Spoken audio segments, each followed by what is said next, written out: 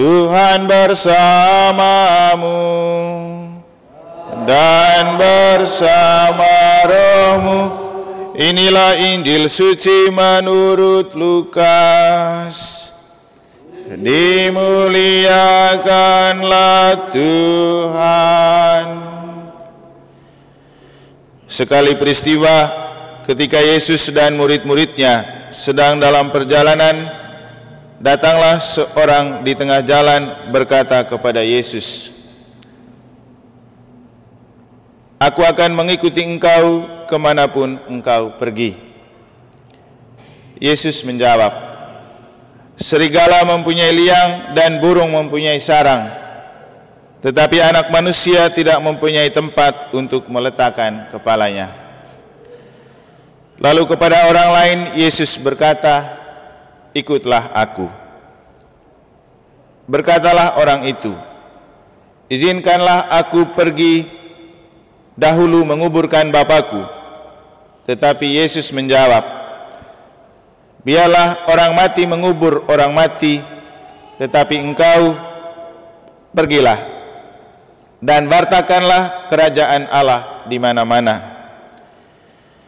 Seorang lain lagi berkata, "Tuhan, aku akan mengikuti engkau, tetapi izinkanlah aku pamitan dahulu dengan keluargaku."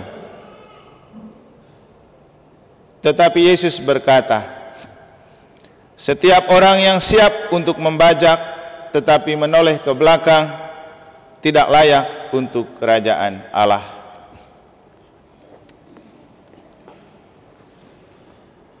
Demikianlah sabda Tuhan.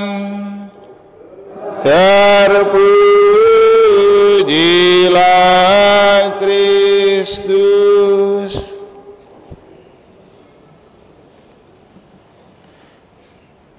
Setiap orang yang siap untuk membajak tetapi menoleh ke belakang tidak layak untuk kerajaan Allah. Bapak, Ibu, saudara-saudari, adik-adik dan anak-anak sekalian yang saya kasih dalam Tuhan, apa yang Yesus sampaikan di akhir Injil yang telah kita dengar, itulah yang coba kita maknai untuk memaknai perayaan peringatan wajib Santo Fransiskus Assisi hari ini, juga ulang tahun tabisan saya yang ke-17. Beberapa hari lalu saya coba buka FB dan tanpa sengaja muncul statusnya Marcelino Ferdinand, seorang pemain asal Bejawa yang sudah naik daun. Dia menulis status pada tanggal 22 September begini, "Focus on yourself. Life is goes on, just think about future and don't think about what people say." Artinya, fokuslah pada dirimu sendiri. Hidup terus berjalan ke masa depan. Teruslah berpikir tentang masa depan dan jangan menghabiskan waktu untuk berpikir tentang apa kata orang tentang dirimu. Saya rasa status ini mencerminkan apa yang saya alami ketika menjalani imamat selama 17 tahun.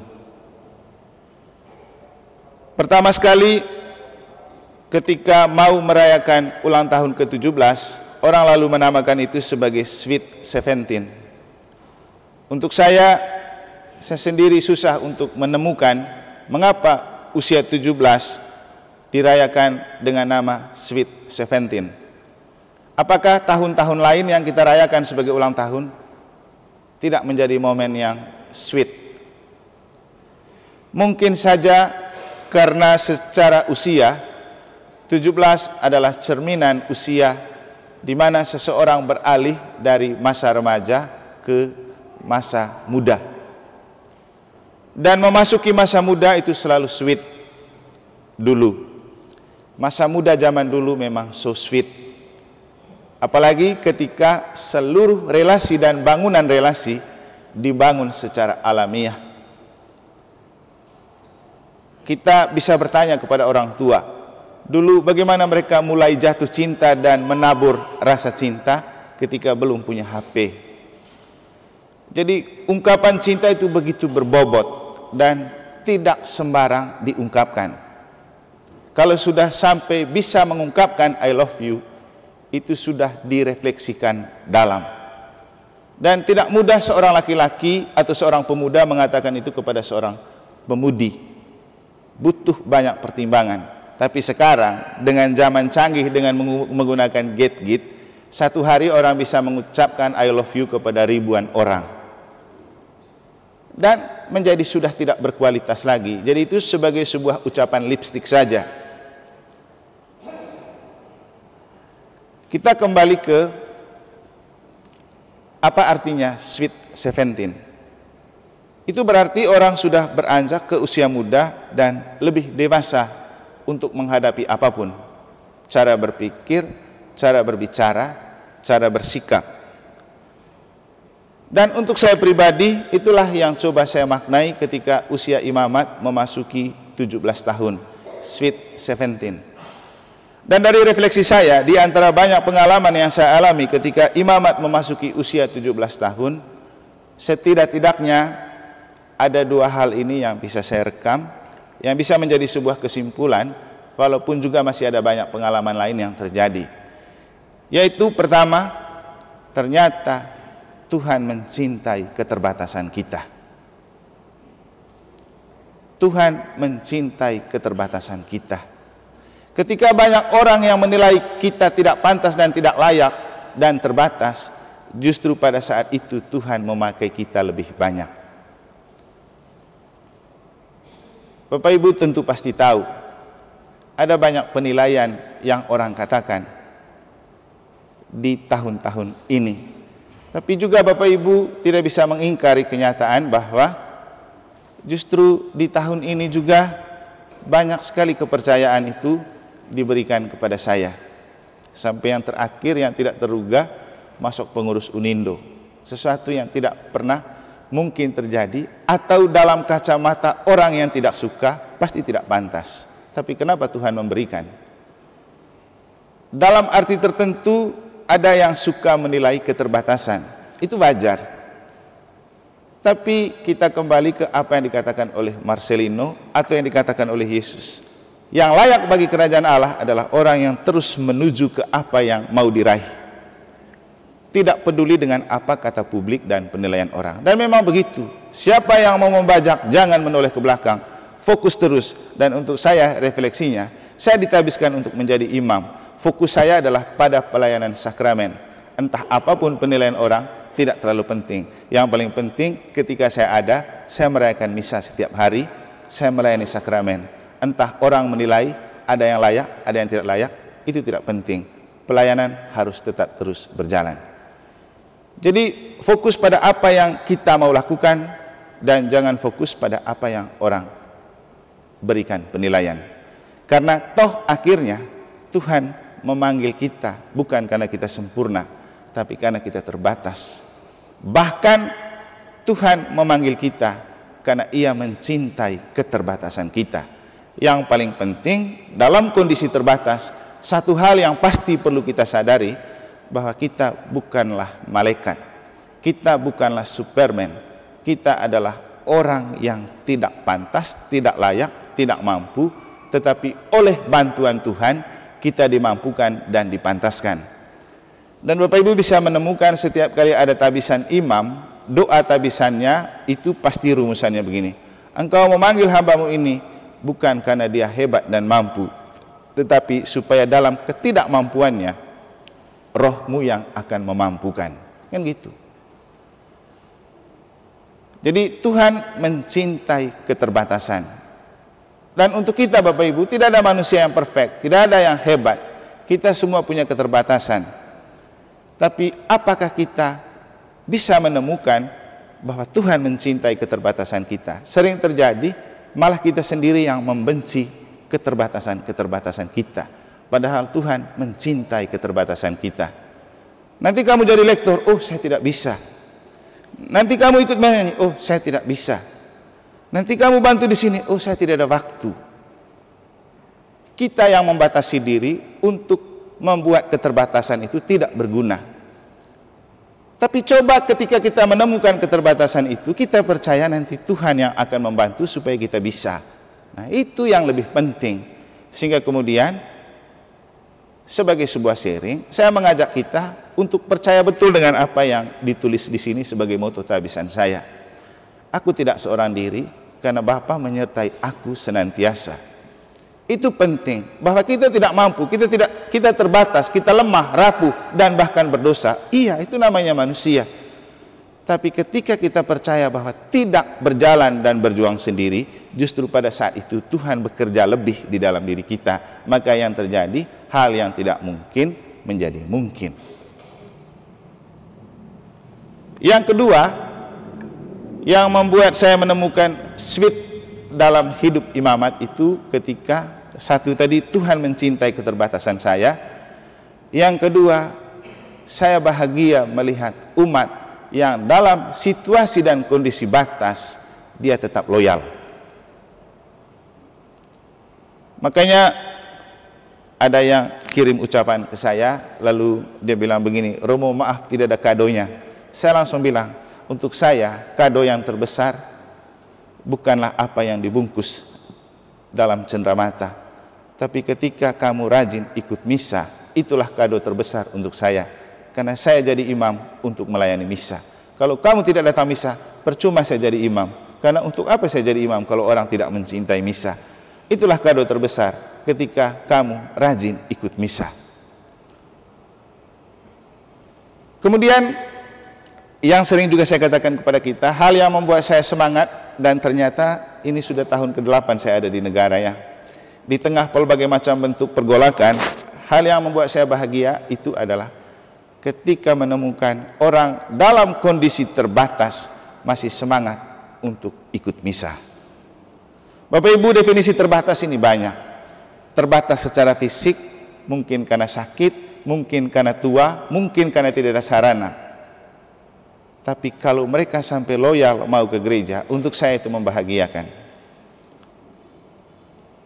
Ya, makanya saya bahagia karena yang tua-tua ikut misa, yang sakit-sakit ikut misa.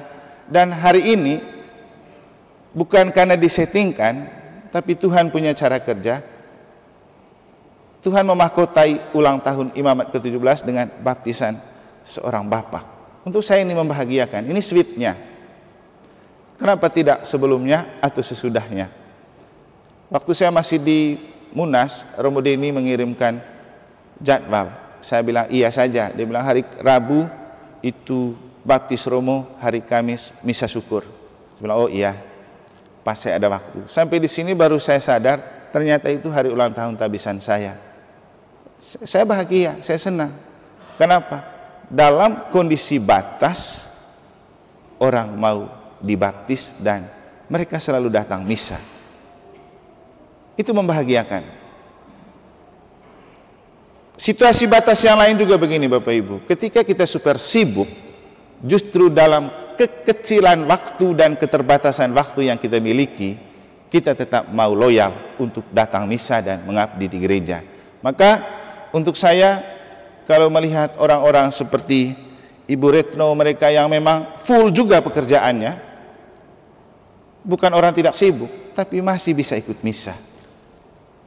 Pak Jimmy, mereka yang jual sendal kemana-mana, masih bisa ikut misa. Dan saya rasa kita datang ke negara dan merantau bukan untuk tidak sibuk. Semua pasti sibuk, semua punya pekerjaan. Tapi ketika dalam keterbatasan waktu, Anda masih mau ke gereja dan melayani di gereja, untuk saya sebagai orang pastor, itu membahagiakan. Dan seringkali saya selalu merasa malu dengan beberapa umat yang rajin ikut misa, rajin melayani. Padahal itu bukan mata pencaharian mereka. Tapi itulah yang membangkitkan semangat dan membuat panggilan itu terasa sweet. Atau contoh yang lain, di antara banyak pengalaman yang lain, saya coba mengangkat beberapa pengalaman hari ini untuk membuat saya juga semakin menemukan ternyata 17 itu memang sweet 17. Hal yang tidak pernah terduga. Pertama, beberapa saat lalu saya pernah diiseng-isengin oleh Bapak Anton Bangge dan istri. Dia bilang, Romo, nanti kalau Romo ulang tahun kita babi gulingnya. Saya kan tanggapnya tidak serius begitu. Tapi ketika tadi muncul babi besar di situ, saya bertanya lebih, kenapa hal ini bisa terjadi? Itulah sweetnya yang tidak mungkin bisa terjadi. Dan yang saya bayangkan begini, mereka berkeluarga, punya anak, punya pekerjaan, tapi berani beri yang tadi itu katanya 70 kilo, yang dicari 50 kilo, yang didapat 70 kilo. Lalu saya bilang, itu karena cocok dengan 17 tahun untuk kasih makan 70 murid. Jadi biarkan berjalan. Tapi yang saya pikirkan, itu kalau dibisniskan harganya berapa? Tapi kenapa mereka rela beri hanya untuk memahkotai ulang tahun saya ke 17? Inilah cara Tuhan bekerja. Atau selain itu, yang lain, pagi-pagi tiba-tiba ada yang antar 1 botol jus daun pepaya dan ada 1 kotak makanan. Lalu pesannya begini, Romo hari ini pasti banyak makan babi. Ini jusnya untuk menangkal biar tidak kolesterol.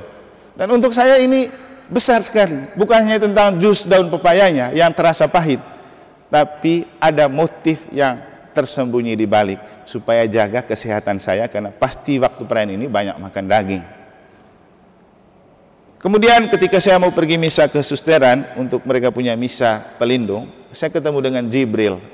Begitu Jibril lihat saya, langsung dia datang, sapa dan beri salam. Ya, saya selalu melihat anak kecil sebagai bentuk kehadiran malaikat. Dan itu sangat menghibur dan membuat saya merasakan betul-betul sweet ini 17.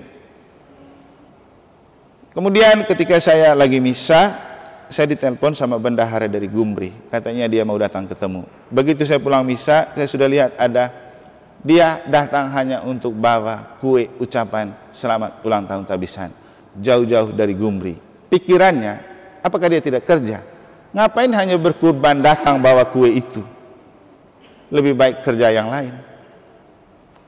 Inilah sweet dari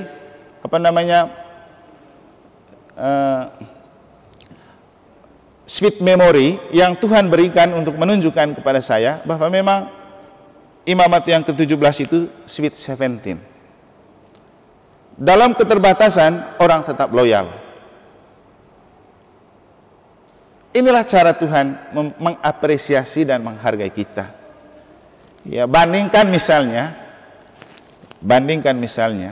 banyak juga di negara umat. Tapi apakah dia mau berkorban hanya untuk merayakan pastor parokinya merayakan 17 tahun imamat?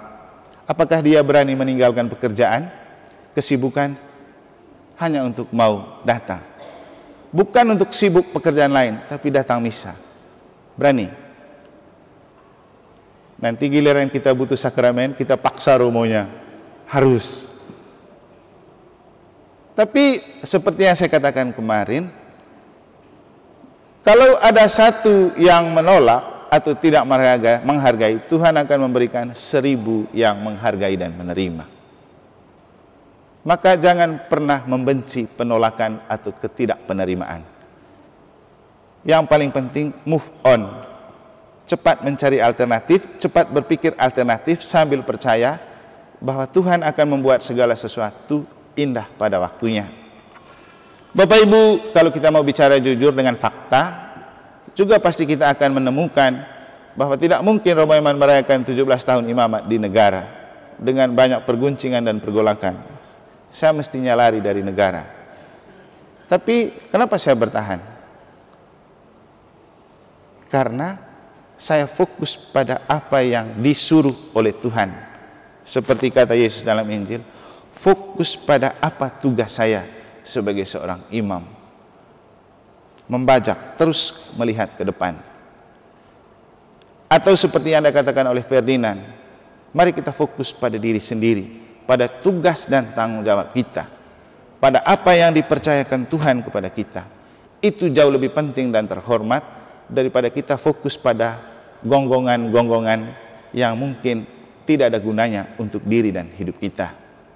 Bapak Ibu, saudara-saudari, inilah sedikit refleksi dan sharing yang bisa saya bagikan untuk mengatakan kepada kita bahwa 17 itu memang sweet 17. Dan tidak ada sweet memory kalau kita tidak percaya Tuhan yang menyelenggarakan.